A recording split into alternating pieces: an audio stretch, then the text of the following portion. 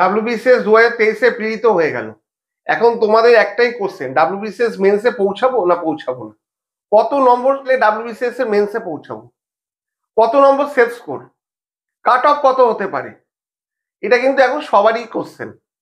আমরাও যখন স্টুডেন্ট ছিলাম তখন আমরাও এটা নিয়েই ভাবতাম যে কাট অফ কত হতে পারে, ডাব্লিউবিসিএস মেন্সের প্রিপারেশন নেবো না নেবো না, না নতুন করে আবার প্রিলির প্রিপারেশন নেবো।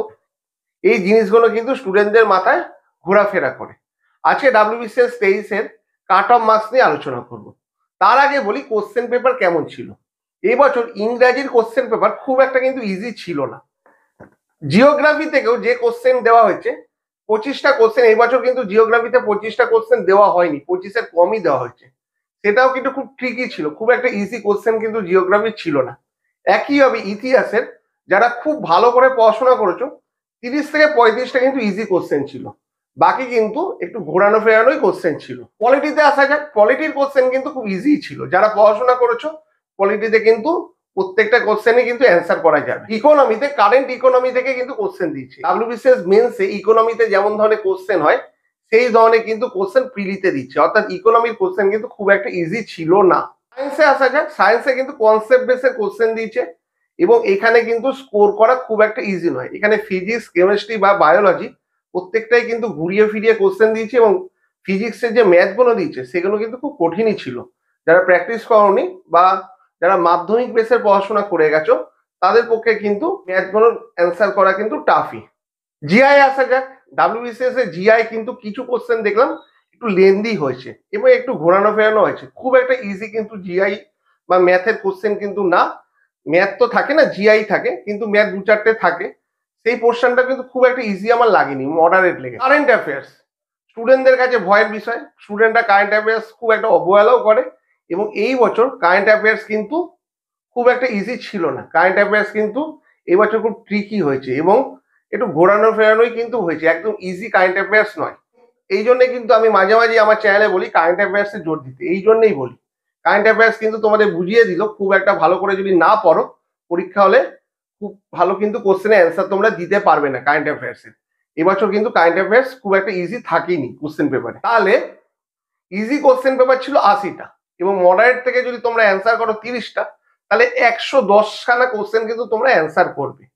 অর্থাৎ এই বছর কাট অফ মার্কস 105 থেকে 115 ইউআরদের থাকা উচিত, যেটা আগের বছরে ছিল, অর্থাৎ 2022-এ 130-এর কাছাকাছি ছিল এবং 2021-এ 121.67-এর কাছাকাছি ছিল। এবার যদি 5000 জনের কাছাকাছি যদি মেন পরীক্ষায় ডাকে তাহলে কিন্তু 105 থেকে 115-র মধ্যে কাট অফ মার্কস থাকবে। যদি 5000-এর কম ডাকে, অর্থাৎ 3500, 4000, তাহলে কিন্তু কাট অফ মার্কসটা একটু বাড়বে। একইভাবে ওবিসি এ আগের বছর অর্থাৎ 2022 সালে ওবিসি এ এবং ইউআরদের কাট অফ মার্কস সেমই ছিল, অর্থাৎ 130ই ছিল। এবছর কিন্তু ওই ইউআরদের কাছাকাছি কিন্তু ওবিসি এরও কিন্তু কাট অফ মার্কস থাকবে, অর্থাৎ 100 থেকে 110-এর কাছাকাছি OBC A there cut off marks থাকবে। ওবিসি বি দেরও কিন্তু আগের বছর 130-এর কাছাকাছি কাট অফ মার্কস ছিল। এবছর কিন্তু ওবিসি বি দেরও 100 থেকে 110-এর কাছাকাছি কাট অফ মার্কস থাকবে। আবার বলছি, যদি 5000 জনকে মেন্সে ডাকে, এই 5000-এর পরিবর্তে যদি 3500, 4000 জনকে ডাকে তাহলে কিন্তু কাট অফ মার্কস এর থেকে বেশি যাবে। 2022 সালে এসসি দের কাট অফ মার্কস ছিল 124-এর কাছাকাছি। এই বছর কিন্তু আমার মনে হয় 95-এর কাছাকাছি কিন্তু কাট অফ মার্কস ঘোরাফেরা করবে। এবং এসটি 2022 সালে এসটি দের কাট অফ মার্কস ছিল 104। এবছর কিন্তু এসটি দের কাট অফ মার্কস থাকবে 88 থেকে 92-93-এর মধ্যে, অর্থাৎ 90 ধরে তোমরা চলতে পারো। এর কাছাকাছি কাট অফ মার্কস যাদের থাকবে তারা কিন্তু এখন থেকে মেন্সের জন্য পড়াশোনা শুরু করে দাও। এখন কোশ্চেন যে স্যার আমার কাট অফ মার্কস আপনি যা বলছেন তার থেকে আরো 10 নম্বর কম বা 20 নম্বর কম, তাহলে কি আমি পড়বো না? অবশ্যই মেন্সের জন্য পড়ো। আমি অন্তর্যামী না যে এখানে বসে বলে দেবো 4 মাস আগে বা 3 মাস আগে এটাই কাট অফ মার্কস থাকবে। আমি একটা এক্সপেক্টেড কাট অফ মার্কস দিচ্ছি, সেটার কাছাকাছি থাকবে, সেটা মিলতে নাও পারে। একটা আইডিয়া দিয়ে বলছি, তোমরা মেন্সের প্রিপারেশন এখন থেকে নাও।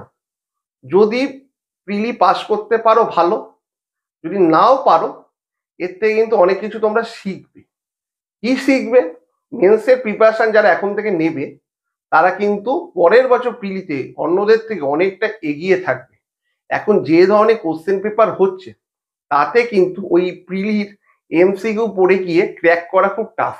এখন কিন্তু বইটাকে খুব ভালো করে পড়তে হবে, প্রত্যেকটা পৃষ্ঠার প্রত্যেকটা লাইন ধরে ধরে পড়তে হবে, তাহলে কিন্তু তোমরা প্রিলি ক্র্যাক করতে পারবে।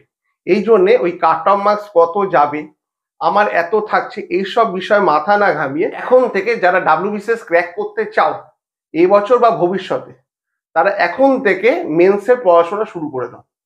প্রিলি হয়তো 3-4 মাস পর রেজাল্ট বেরোবে, তখন দেখবে পাস করতে পারছো নাকি। পাস করলে তো খুবই ভালো, প্রিপারেশনটা হয়ে থাকবে। যদি নাও পারো, পরের বছরের জন্য কিন্তু তুমি প্রস্তুত হয়ে থাকবে।